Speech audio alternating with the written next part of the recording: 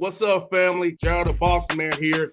You're tuned into the Bossman Show on AM 1010, AM 1430, 1055 The King.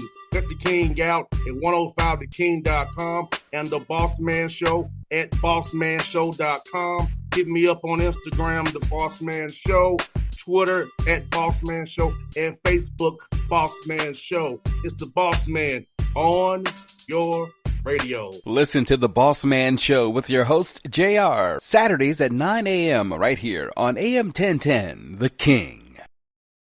BS3 Network, changing the way you watch TV. Yes, BS3 Network, changing the way you watch TV, covering content and hot topics from A to Z, sports, music, society and culture, movie reviews, you name it, we have it. Check it out on bs3network.com or check us out on Roku, BS3 TV on Roku, as well as check out your favorite podcast on all podcast platforms or Spreaker.com/BS3 Network. You are now tuned to BS3 Network.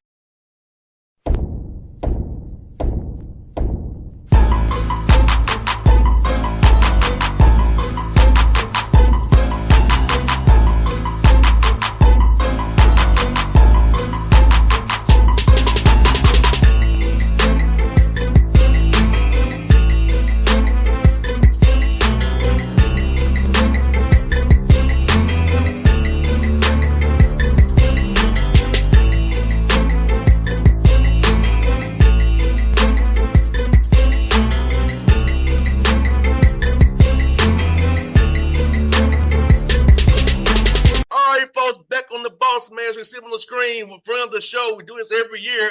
My man, Southern Utah Thunderbirds with nice gear on, DeLane, Fitzgerald. DeLane, my brother.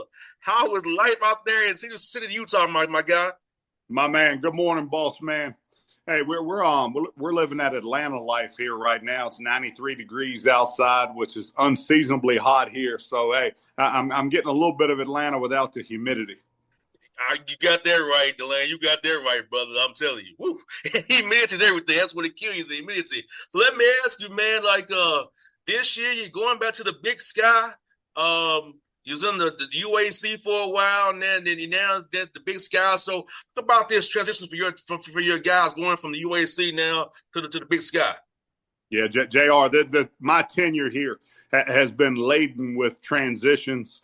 We're going into our fifth season here as a coaching staff, getting our fifth athletic director this fall. When we got here, they were transitioning from the Big Sky to the WAC. We spent a year in the WAC, and then we joined the UAC for 2 seasons, and now we're going back into the Big Sky.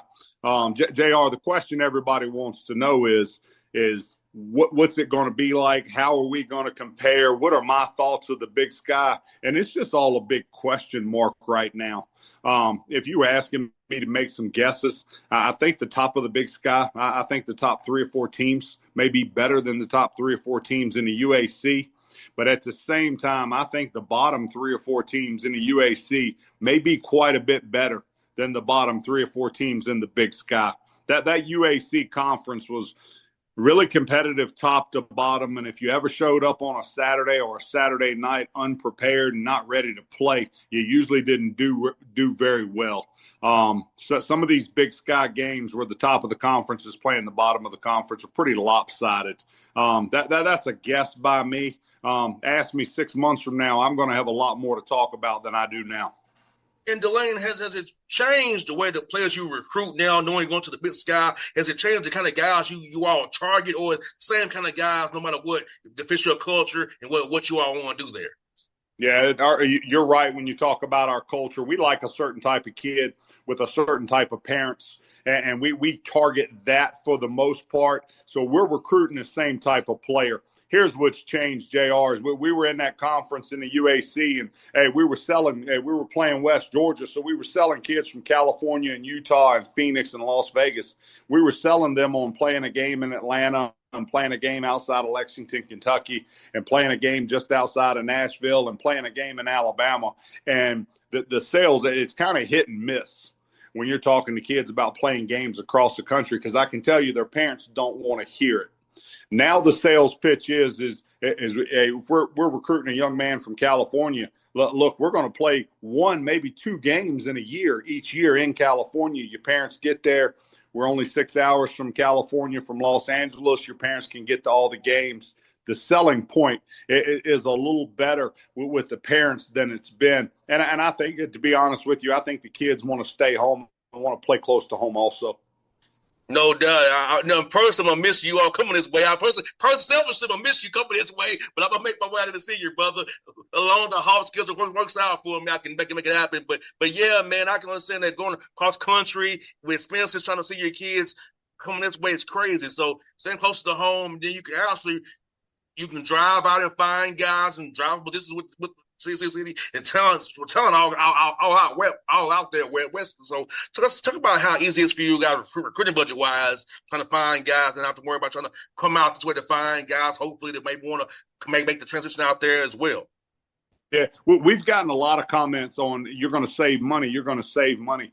JR, not so much, because we're not recruiting any different than we were before. So the recruiting budget stays the same, and working with the university to try to get that improved a little bit, because our recruiting budget's not great right now. So trying to get that improved, just like every other coach in the country is trying to get a little more, trying to do that. I'll give you this one. We may be on charter flights, we may be saving $5,000 to $15,000 per flight, but because going from here to Spokane, Washington, or here to wherever, here to Portland, Oregon, is a little bit of a savings versus going to Lexington, Kentucky, or Atlanta, Georgia. On the flip side of that, you can go to Peach City, Georgia, whatever it is, just outside of Atlanta. You can get hotel rooms all day long for $100 a night. Well, you're not getting that in California, and you're not getting that in Portland, and you're not getting that in Idaho. We go to Moscow, Idaho this year, and a couple of the hotels quoted us at $379 per night. Wow. So what I'm saying, then the food is more expensive here than it is in the Southeast. So what I'm saying is our travel from a financial standpoint is going to be a break-even proposition, because we'll save some money on the flights and on the charters. But we're going to turn around and spend that money on hotels and food. And DeLane, let me ask you this. I know some schools play these guaranteed games to get money coming in to help with your budget. That's something that you want to do more of, maybe outside and your non-con, to kind of raise money that way. Because I know some schools down here want to play more FBS schools to make money to help out with NIL and things of that nature to help pay their players and travel expenses to come out a little bit better financially as well. I've never met a coach. I've never met an FCS coach or a D2 coach that wanted to play money games up. I've never met one that wanted to do it. And if you get caught up in an administration that wants to do that, you just got a bad administration. That they'll get you in trouble that way, because what happens is if you start out with 2 FBS games, you play those 2 FBS games, your kids get beat up. And not only are you losing the first 2 games of the season, but then you turn around and lose week 3, 4, and 5 because you're waiting on kids to recover from the bumps and bruises they got in the first 2 games. Where I land with that is I believe all FCS schools should play one. All FCS schools should play one. They should play up one time, play a Power 4 school. It lets the young man know where he stands, kind of in the athletic pecking order. It lets the coaching staff, the university, kind of know where they stand in the pecking order. And then you take that money. And most of the money should go to the football program. But then some of the money also should be spread out amongst the non-revenue sports to help them out also. JR, where we land is we're trying to average $800 a year. Trying to average $800,000 in guaranteed money per year. And what usually happens with that, without getting into exact numbers, is football gets half of it, and then half of the money goes to the non-revenue sports. JR, you can ruin a season playing more than one game for financial benefit. Played our SEC game once a year, man. Injuries was terrible for us. And then, we had a bye week out there, thank God. But you're right. Kids get hurt. It was just one game for us playing against the SEC school. And you're right about that. You don't want to – then when it comes down to time to decide whether to keep you or not, those games are used against you. No. They never I got stories for days. But we're at SVU. and we're non-scholarship NAI 1 year at SVU. We finished up 5-6. We played 3 money games. Well, when they call you in to do that, and I'm talking about we're playing Morehead State, so we're NAI non-scholarship, and we're playing a FCS school, and they bring you in at the end to do your end of the year evaluation. You're 5-6. They don't want to hear nothing about the money they made or that you played. At that time, we were probably playing up 2 levels. No doubt, man. JR, I enjoy going to some of the bigger schools and the big stadiums and finding out exactly where you stack up, where you belong. I enjoy that. Any more than once, you're doing a disservice to the young men. No doubt. And DeLane, maybe I'm reading this wrong. I see your schedule. Weber State, isn't it a conference game for you? But it says non-conference. Yeah. So here's what on your schedule.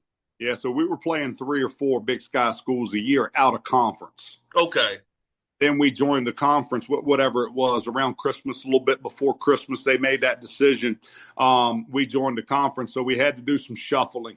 We were able to get NAU on the conference schedule, and I think we were able to get there was one other Idaho State on the conference schedule, but with Weber, they just left it as a non-conference game. Gotcha. Okay, because I see you playing St. Thomas. That's out St. Paul there. Chicago State starting a new football team this year. Chicago State's football team started. They come to see you. Also Colorado State as well. So great non-con slates you got with one Weber being one in-conference, non-conference, but 3 other games on the side of the Big Sky, man. Very, very competitive. Colorado State, Chicago State starting up, and St. Thomas out there. Yeah, I think we've got 4, but it's slipping my mind a little bit. We open up with a conference game at Montana, come home and play Weber in non-conference, and then I haven't paid any attention to the schedule after that, but I think we have 4 non-conference games total. Yeah, man, and I feel like you challenge yourself very well, man. And DeLane, in this world of portal, NIL, and people want money, knowing that you can't give them what they need, how do you get to digging that young man's spirit and heart? Does he literally love the game the way you and I love football, love ball? So talk about that process of getting to know a young man and his family to really know where his heart and mind is about the game of football, why he wants to come and be a part of your program. Yeah, it's changed. It's changed since you played. It's definitely changed since I played. That the parents have changed, JR. The parents look at it a lot more from a monetary standpoint, and back in that. And I know your father. I think very highly of your dad. I know that he was looking at it from a opportunity standpoint. He was looking at it from an education standpoint. Your dad wanted to know what your degree from Tennessee State was going to give you the rest of your life, what it was going to provide you with, the opportunities and the options that education was going to provide. Parents these days are a little more of what can you do for me right now? What have you done for me lately? What can you do for me this fall? Because the fact of the matter is that their son may not be there after this fall. So there's a little bit of a right now mentality that wasn't there before. When a parent, whatever a parent values, it trickles down to their kids. So when a parent has those values, a lot of times the young man will have those values too. You ask. I'm still clinging to the old. I think his old country song talks about it. So I'm still clinging to the old stuff. And we vet the parents and want to know what the parents value and what they really want out of their kids' college experience. And we do that very, very thoroughly. And then we talk to the kid. And like a lot of different things, I'll sit and listen. Just sit and listen to the young man on the phone, ask him 3 or 4 questions, and let him talk his 15, 20 minutes. And in his talking, I'll find out what matters to him and what doesn't matter to him. And then for us, JR, and you know this better than anybody, does he love football? Because if he doesn't love football, he's not going to last very long with us. Is he mentally and physically tough? Does he value his education? Does he believe if he works hard today that he can get 1% better today? Because our program is based on 1%, 1%, 1%. From Monday to Monday, you wake up, you ought to be 7% better than you were the Monday before. And if you just stack good days on top of each other, you end up being a good college player. But there's a couple of other things that go into that for us. But we're still old school in our evaluation and looking for what fits us. And DeLane, you said something right, because my father was very much about he wanted me to be the first one in the family to get a degree. Mm-hmm. What's important to him. I'm my grandmother's first grandchild have a college degree. Now, I have to ask you. I have a similar story, but I have to ask you. It's why you and I get along, because our stories are pretty similar. After you, how many of your younger brothers and sisters and cousins got a degree? 2. Yeah. So, but you changed things. 2. Yeah. Those 2 don't get a degree if you don't get a degree. Yeah. So my brother, he had a degree, and he's a PPP. My cousin, she's a veterinarian now. There you go. So I was my grandmother's first child to get a degree, and my father was adamant. You can't go get general studies and disciplinary studies. Had to be a real degree. So business. So there on me, on my father's side of the family, I'm the only one. I was the first one, maybe in the history of the family, to get a college degree. And then it turns around 3 years later, my brother gets a degree, and he outdoes me education-wise by a lot. But on my mother's side, I was the first one. I was the first one in 3 generations to get a degree. So it was big on both sides of the family. You talked about the general studies, and I'll go back to one of your questions. You talked about the portal. When these kids bounce, when they bounce from school to school to school, you can't stay Division I eligible, and you can't gain progress towards degree, because you have to satisfy the progress towards the degree requirements each semester. You can't do it without majoring in general studies. Wow. When anybody back home, and when I don't know if you knew that, when you're looking at a kid at your alma mater or my alma mater, and he's on his 3rd school, he's whatever their general studies major is, and I've heard it be called, some schools call it liberal arts because they think that sounds smarter. Some call it general studies, general ed, whatever. But whatever their general studies degree is, that's what the young man's majoring in. My dad told coaches I couldn't do that. He said, okay, you know what, DeLane, he's right, because for me, I'm using my business degree now and my MBA I got a master's degree to an MBA. I'm using it for my show. I am the seller. I'm the hustler. I'm the scale. I'm the accountant. I'm everything.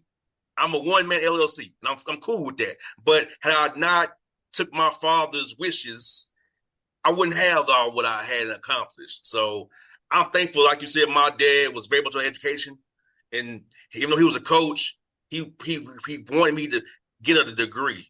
It meant everything to my father that I got a degree. Good for your dad.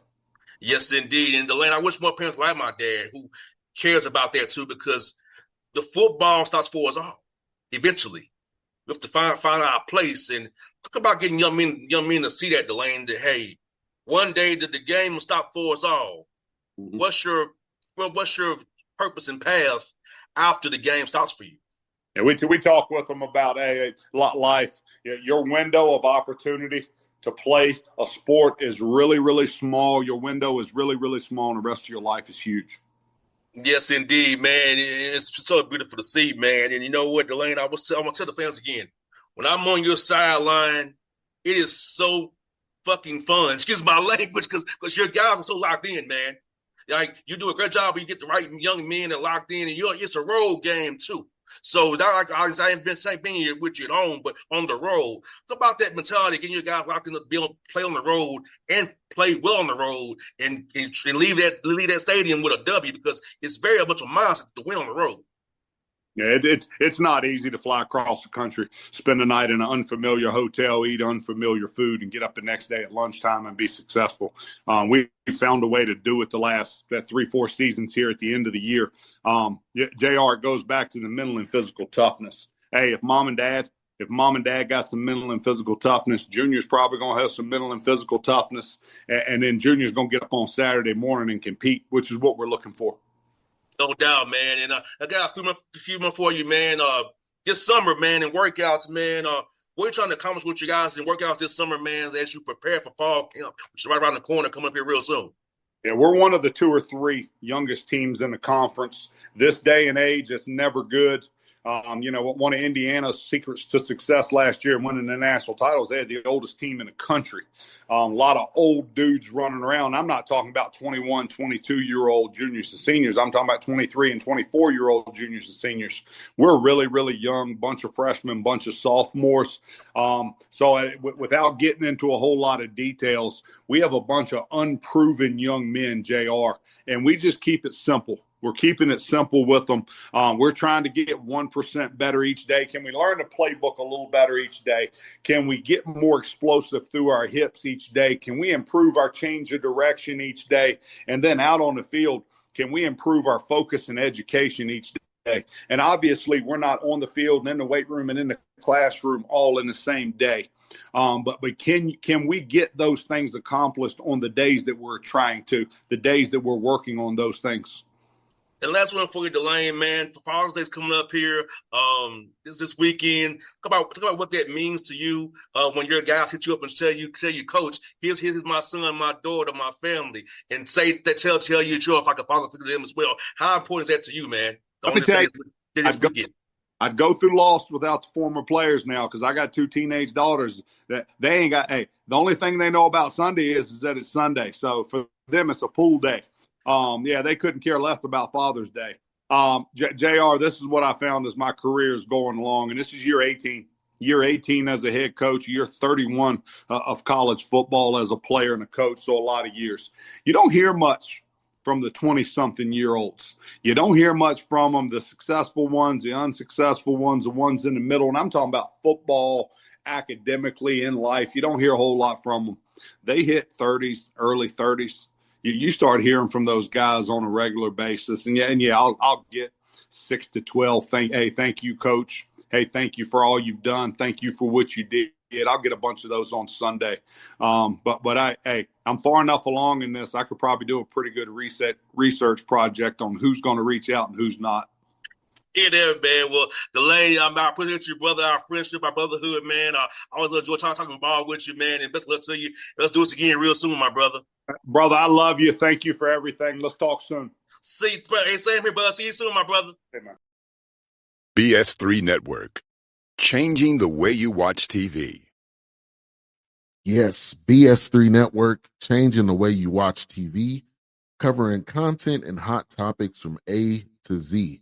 Sports, music, society and culture, movie reviews. You name it, we have it. Check it out on bs3network.com or check us out on Roku, BS3 TV on Roku, as well as check out your favorite podcast on all podcast platforms or Spreaker.com/BS3 Network. You are now tuned to BS3 Network. What's up, family? Gerald the Bossman here. You're tuned into the Bossman Show on AM 1010, AM 1430, 1055 The King. Let the King out at 105theking.com and the Bossman Show at bossmanshow.com. Hit me up on Instagram, The Bossman Show, Twitter at Bossman Show, and Facebook, Bossman Show. It's the Bossman on your radio. Listen to The Bossman Show with your host, JR, Saturdays at 9 a.m. right here on AM 1010, The King.